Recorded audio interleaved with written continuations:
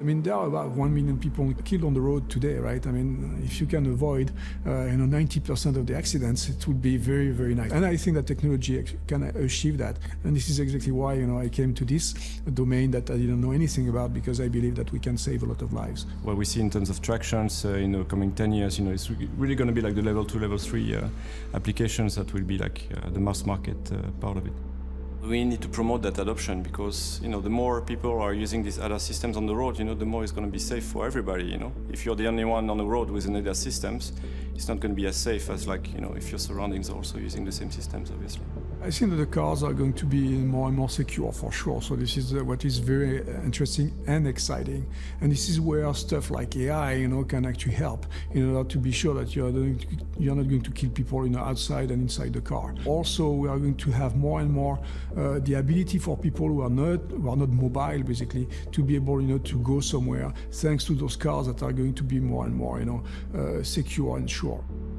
Well, I think it's good that these big tech companies are taking interest in the world of ADAS. Definitely, they can bring something in terms of the cloud technologies, in terms of software practices. But we see the need as ADAS systems are developing and going towards autonomous driving. You need to anticipate the road much more. It's not good enough just to see something happening within 2 seconds. You really need to anticipate what's coming in the next minute.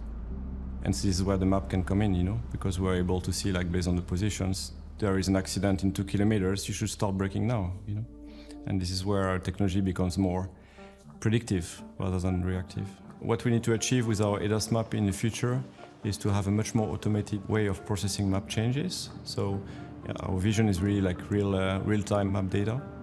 And for that, we need to build infrastructure, of course. We need to also have the right data as well, and have this data back in a really more quicker way as well. So any change in reality can be reflected in the car within seconds.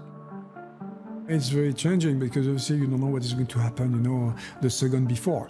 But I mean, with some of the technologies that are going to be those predictive, technologies like AI, you can imagine what could happen if it rains, if it, if the weather conditions or something. So there are something that you can prevent or know before. So it will allow us to basically know what are the conditions at the very, time you are in front, and it's going to be able to rewrite you. It's going to be able to, give you a lot more options. There's so many different disciplines that we are currently putting together.